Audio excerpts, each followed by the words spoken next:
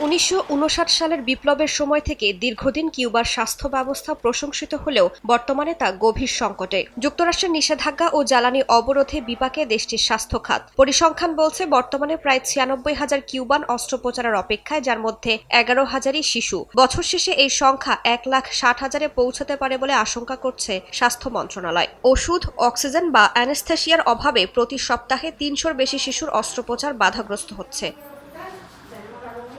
হাসপাতাল কর্তৃপক্ষ জানায়, বার্ষিক অস্ত্রোপচারের সংখ্যা ১২ লাখের বেশি থেকে কমিয়ে প্রায় ৭ লাখে নামিয়ে আনা হয়েছে। জরুরি রোগীদের অগ্রাধিকার দিতে গিয়ে বহু রোগী অপেক্ষায় থাকছেন। এই পরিস্থিতির জন্য মূলত মার্কিন অবরোধকেই দায়ী করছে কিউবা।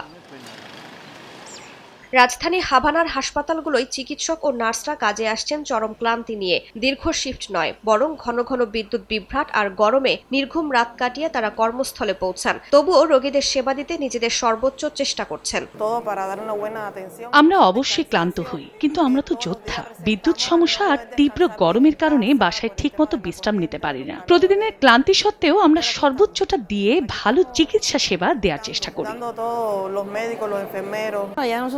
এই পরিস্থিতি মানুষকে অসুস্থ করে তোলে। ধৈর্য ধরে থাকতে হয়। বিদ্যুৎ, পানি, গ্যাস আসা পর্যন্ত অপেক্ষা করা ছাড়া উপায় নেই। অন্যদিকে স্বল্প বেতনে চিকিৎসকদের হতাশা বাড়ছে। মাসে মাত্র ৬ থেকে ৮,০০০ পেসোস আয় হওয়ায় অনেকেই পেশা বদল করছেন বা দেশ ছাড়ছেন। এতে জনবল সংকট আরও তীব্র হয়ে স্বাস্থ্য ব্যবস্থাকে ঠেলে দিচ্ছে গভীর অনিশ্চয়তার দিকে। রাইসা জান্নাত, সময় সংবাদ।